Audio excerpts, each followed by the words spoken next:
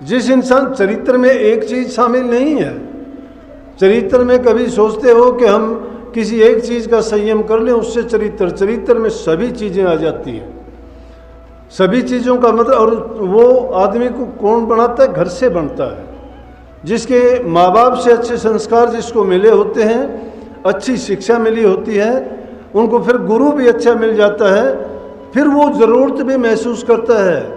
जिसको अच्छे संस्कार मिलते हैं वो बुरी संगति में अपने आप को नहीं मिला सकता, उनके अंदर वो नहीं रह सकता।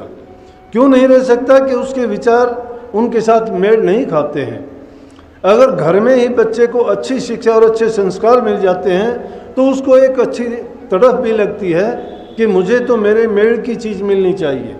और जिसके घर में सत्संग, नाम की चर्चा, गुरुओं की महिमा, भगवान भक्ति का जहाँ जिक्र होता है, उन बच्चों के अंदर वैसे ही विचार भरे जाते हैं। और जब वो युवा अवस्था में चले जाते हैं तो उनको ये ज़रूरत महसूस होती है कि जो चीज़ मुझे बचपन में मिली थी, माँ बाप से मिली थी, उनकी संगति से मुझे संस्कार मिले थे, मुझे उनकी खोज के लिए किसी गुरु के पास जाना चाहिए, किसी सत्संग में जाना चाहिए।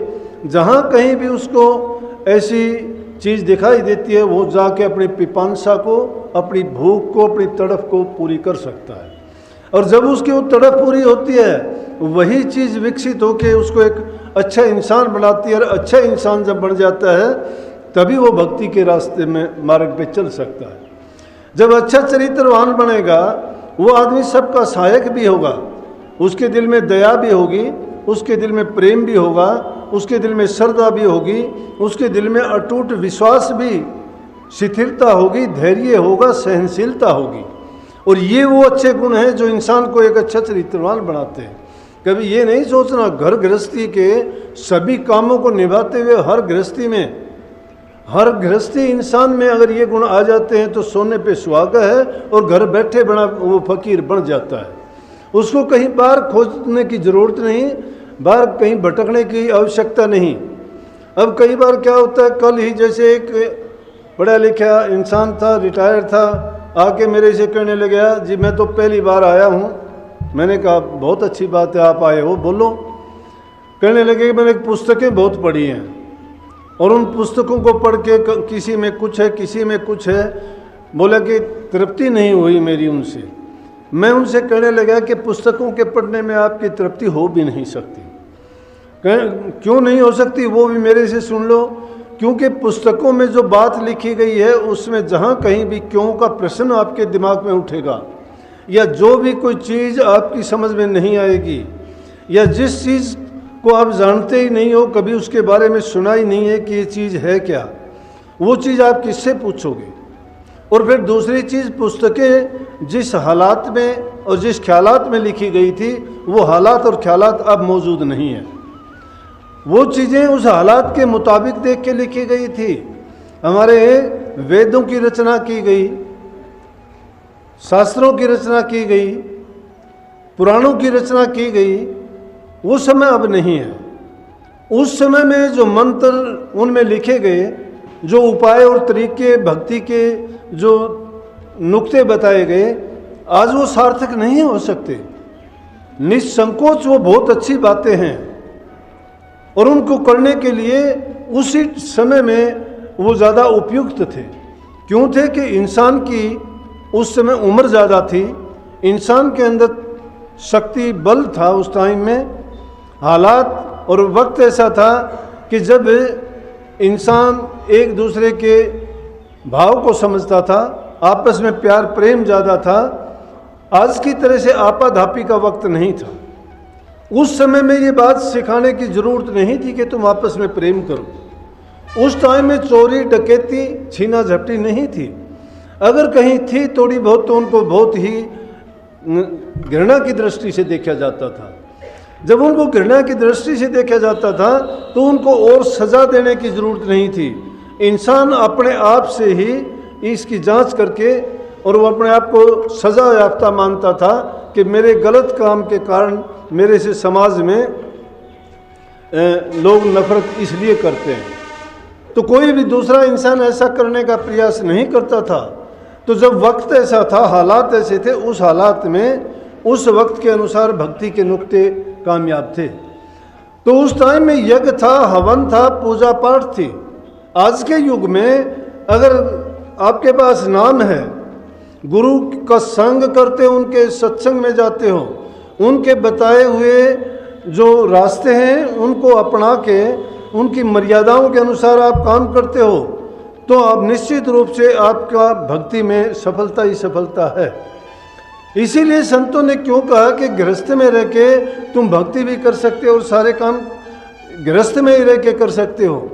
जब जिसका गृहस्थ दुखी है वो कुछ भी नहीं कर सकता। जिस इंसान का मन दुखी है वो घर परिवार में भी शांति से नहीं रह सकता। जिसके मन में शांति नहीं उसके घर में शांति नहीं, जिसके घर में शांति नहीं तो समाज में भी अफरा तफरी का माहौल वो ऐसे ही बना रहेगा उसके लिए। जब हर जगह से उसको प्यार मिलता है, शांति मिलती है, तो समझो कि उसके भक्ति के रास्ते सारे के सारे खुले रहते हैं। इसीलिए संतों ने कलयुग में कहा कि तुम नाम का आधार पकड़ो, नाम ही इस युग में जीव का कल्याण कर देगा। क्यों कर देगा कि आज इंसान की उम्र बहुत कम है, इंसान में सहन शक्ति नहीं रही है, प्राण इंसान के अन्न में है, अन्नमय कोश जिसका खराब है उसका सब कुछ बिगड़ जाता है। अब अन्न के बारे में, जल के बारे में, विचारों के बारे में, संगति के बारे में, गुणों के बारे में जब विचार करना शुरू करते हैं तो हम तो शुरुआत से ही हमारी नींद ही डगमगाई हुई है कि जब हम शुद्ध अन्न ही नहीं खाते हैं, कमाई हमारी शुद्ध नहीं है, हेरा फेरी की है, चोरी की है, छीना झपटी की है। जब ऐसे अन्न खाने वाले जो हैं, जैसा इंसान अन्न खाता है वैसा ही तो उसका मन हो जाएगा, क्योंकि उस अन्न में वही गुण हैं जिस प्रकार से वो कमाया गया है। लोगों को तसल्ली नहीं है। एक आदमी, एक इंसान भूखा मरता है, दूसरा चोरी डकैती करके धन का संचय करता है, उसके किसी काम भी नहीं आता है और वो गलत रास्ते से उसको करता है। अब पाप का पैसा तो पाप में लगेगा, वो अच्छी जगह में कैसे लग सकता है? जिनके विचार पवित्र हैं, जिनका जीवन अच्छा और सच्चा है, वो इंसान अगर सच्ची कमाई करता है, सच्ची कमाई में से उसके उपयोग के बाद में जो बचता है तो वो उसको भी पुण्य में लगाने की प्रयास करता है। वही आदमी एक चरित्रवान कहे जा सकते हैं, वही अपने सच्चे गृहस्थ में यूँ समझो कि घर रहते हुए भक्ति के मार्ग में सफल हो सकते हैं। अब इस चीज़ की ज़रूरत है। हम तो डींग मारते हैं, बड़ी बड़ी पिछलों की टेक बांध लेते हैं जिनके बारे में कभी सुन लिया लेकिन पता कुछ भी नहीं है। पिछलों की टेक बांध के उनके अनुसार काम करना चाहते हैं। उनको अगर आज हम हाजिर नाजिर पाते तो क्या उनकी ये शिक्षा थोड़ी थी? अब उनकी शिक्षाओं पर चलते हो तो उनकी बातों को अगर मानते हो तो मान जाएंगे कि बिल्कुल ठीक है कि उन्होंने तो नेक काम किए थे। अब उन परंपराओं को तो निर्वाह नहीं करते, उन पर हम चलते नहीं हैं और दम भरते हैं कि हम भक्ति के रास्ते पे चलते हैं, हम नाम को जपते हैं, हम तप करते हैं, हम साधना करते हैं। धर्मों का कोई अंत नहीं है, गुरुओं की कोई कमी नहीं है, पंथों की कोई कमी नहीं है, कथा वार्ताएं बहुत होती हैं, लेकिन दिलो दिमाग किसी के बदलते नहीं हैं। क्यों बदलना चाहते नहीं हैं? अगर कोई थोड़ा बहुत बदलना भी चाहता है तो आम कहावत तो यह है, खरबूजे को देख के खरबूजा रंग बदलता है। यहाँ तो खरबूजे को देख के सारा का सारा खेत बदला हुआ है। अच्छे रास्ते पे कोई चलने के लिए तैयार नहीं। नाम भक्ति का लेते हैं, विचार और ख्यालात उनके देखोगे तो आम गृहस्थियों से भी उनके घटिया विचार और ऐसे ख्यालात हैं कि उनको सत्संगी कहना या गुरु के भगत कहना या शिष्य और सेवक का नाम देना भी लाज और शर्म आती है, क्योंकि वो इस बात को समझे नहीं, जाने नहीं। उन्होंने गुणों को अपने अंदर उनका संचय और संग्रह ही नहीं किया। जब वो गुण किसी के भी अंदर नहीं है तो समझो कि भक्ति का भी कोई उसके अंदर अंश नहीं है, लेश मात्र भी। अगर भक्ति करना चाहते हो तो पहले अपने चरित्र को ऊंचा करो। देखते हैं समाज में कहीं शराब का बोलबाला है, कहीं